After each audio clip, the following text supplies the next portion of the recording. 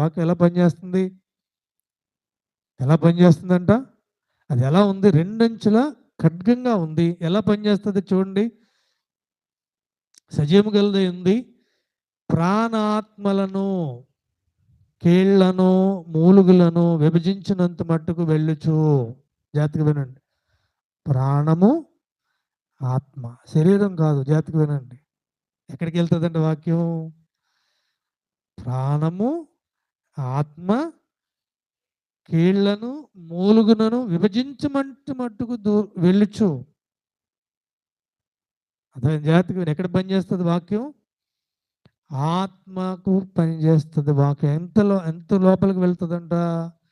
ప్రాణము, ఆత్మ, కీళ్ళు. చూడండి, ఇప్పుడు మనకి ఏదైనా ఆపరేషన్ చేయాలనుకోండి, చాలా పదునైనటువంటి కత్తిని ఉపయోగిస్తారు. డాక్టర్స్ దగ్గర ఉండే ఆపరేషన్ బ్లేడ్స్ చాలా పదునుగా ఉంటాయి. అర్థమైందా? ఒక ఎముకను కట్ చేయాలన్నా ఏం చేయాలి? ఏం కావాలి? పదునైన కట్టుకుంతో వైద్యం చేస్తారు, ఆపరేషన్ చేస్తారు. అలాగే మన ఆత్మకు వైద్యం చేయడానికి, మన ఆత్మీయ జీవితాన్ని బాగు చేయడానికి ఏకైక మార్గం వాక్యం అనే ఖడ్గం. రెండంచుల వాడిగా, అన్ని ఖడ్గాల కంటే వాడిగా ఉండి ఎంతవరకు వెళ్తుందంట? ప్రాణ, ఆత్మ, కీళ్ళు, మూలుగుల వరకు వెళుతుందంట. అర్థమైందా? ఎక్కడ పనిచేస్తుంది వాక్యం? ఆత్మకు బాగు చేసేదిగా. అంత లోపలికి వెళ్ళి ఏం చేస్తుందంట? హృదయం యొక్క తలంపులను, ఆలోచనలను శోధించుచున్నది. ఏది వెళ్ళలేదు అక్కడ దేవుని వాక్యం తప్ప. గుర్తుపెట్టుకో, జాగ్రత్తగా వినండి. మాకు వాక్యం ఎందుకు అనుకుంటున్నారు చాలామంది? నిర్లక్ష్యంగా వినేసి వెళ్ళిపోతూ ఉంటారు. అక్కడ దాకా వేరేది ఏదైనా వెళ్తుందని బైబిల్లో రాయబడిందా? ఎక్కడ దాకా అంట?